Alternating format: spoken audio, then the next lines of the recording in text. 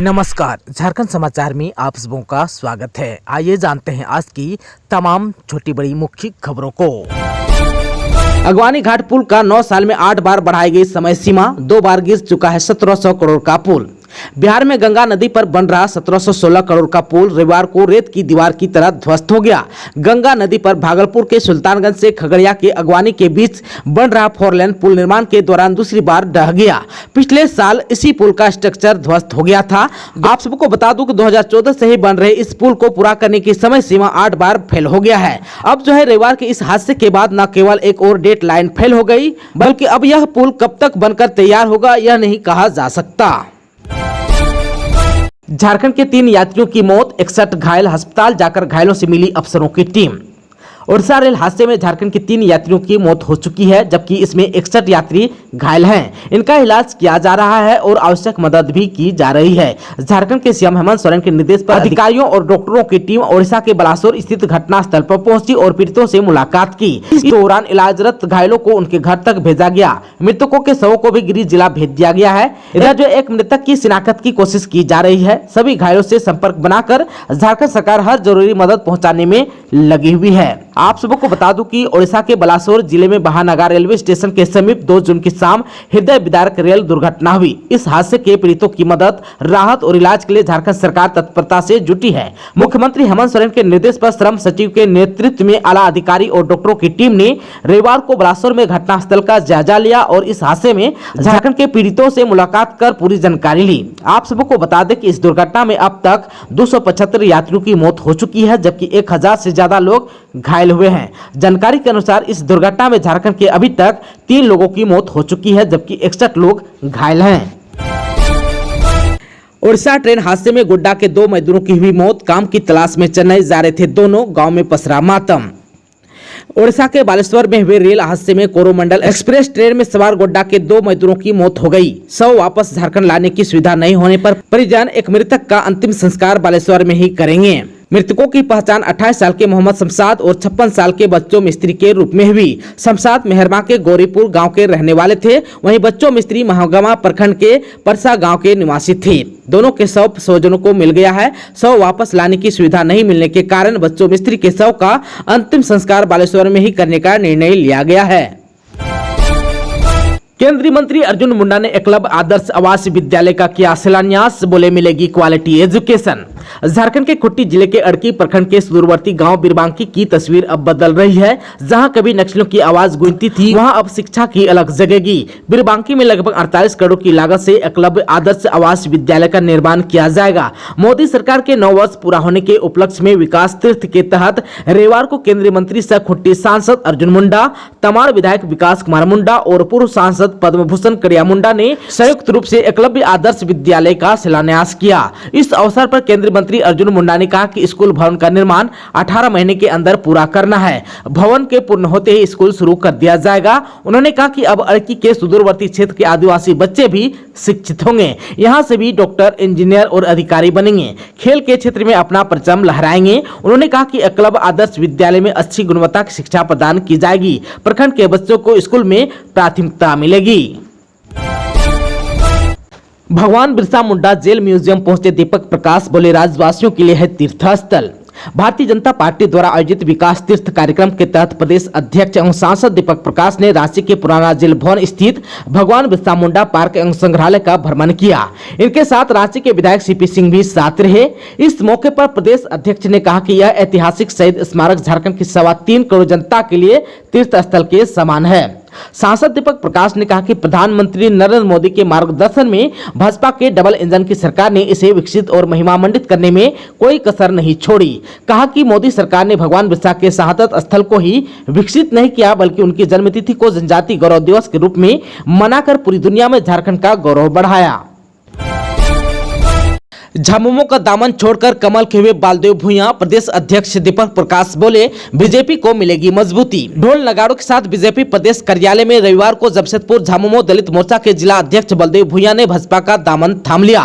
उन्होंने अपने सैकड़ों समर्थकों के साथ पार्टी ज्वाइन की। बलदेव के साथ कांग्रेस नेता गणेश शंकर विद्यार्थी एवं जेएमएम नेता रविंद्र राजू ने भी भाजपा का दामन थामा। मौके पर बीजेपी प्रदेश अध्यक्ष दीपक प्रकाश भी मौजूद थे। बलदेव भुइयां ने कहा कि भाजपा एकमात्र एक ऐसी पार्टी है जो राष्ट्र हित की बात करती है। देश हित के लिए हम नरेंद्र मोदी का साथ अपनाना चाहते हैं। उन्होंने कहा कि हेमंत सोरेन सरकार में लोगों को सिर्फ आश्वासन मिल रहा है, युवाओं को नौकरी नहीं मिल रही है। गोड्डा का तापमान 45.3 डिग्री, वहीं रांची में आज गरजेंगे बादल। राजधानी रांची में आने वाले दिनों में हीट वेव देखने को मिलेगा। हालांकि आज यानी कि 5 जून को आसमान में आंशिक बादल छाए रह सकते हैं। मौसम विभाग ने कहा है कि बादल गरज भी सकते हैं, हालांकि बारिश होने की संभावना नहीं है। आप सबको बता दूं कि रविवार को जमशेदपुर, डाल्टनगंज समेत झारखंड के 1 दर्जन जिलों का पारा 40 डिग्री सेंटीग्रेड या उससे भी अधिक हो गया था। रविवार को गोड्डा का उच्चतम तापमान 45.3 डिग्री सेल्सियस रिकॉर्ड किया गया, जबकि जमशेदपुर का उच्चतम तापमान 41 डिग्री, डाल्टनगंज का 42 डिग्री, देवघर का 43.3 डिग्री, गढ़वा का 41.4 डिग्री, गिरिडीह का 40.9 डिग्री, गुमला का 40.1 डिग्री, लातेहार का 40 डिग्री, पाकुड़ का 42.3 डिग्री, रामगढ़ का 40.1 डिग्री और साहिबगंज का 43.1 डिग्री सेल्सियस रहा। पलामू में 204 बेटिकट यात्री पकड़ाए, विभाग ने जुर्माना के तौर पर वसूले लाखों रुपये। डाल्टनगंज रेलवे स्टेशन से बड़का कना के बीच लंबी दूरी के विभिन्न एक्सप्रेस ट्रेनों में विशेष चेकिंग अभियान चलाकर रेलवे ने 204 बेटिकट यात्रियों को पकड़ा। इन यात्रियों से लाखों रुपए का हर्जाना भी वसूले गए। यह चेकिंग अभियान CIT BM पांडे के नेतृत्व में चलाया गया। आप सबको बता दूं कि बेटिकट पकड़े गए यात्रियों से राजस्व के रूप में 1,28,625 रुपए बतौर जुर्माना वसूला गया। CIT श्री पांडे ने बताया कि विशेष चेकिंग अभियान के तहत लगातार अभियान चलाया जा रहा है। आला अधिकारियों के दिशा निर्देश पर लंबी दूरी के विभिन्न एक्सप्रेस ट्रेनों में गहनता से जाँच की गई, जिसमें इतनी बड़ी सफलता हाथ लगी। शराब तस्करों के खिलाफ बड़ी कामयाबी, 60 लाख के विदेशी शराब जब्त, ट्रक मालिक और ड्राइवर को भेजा जेल।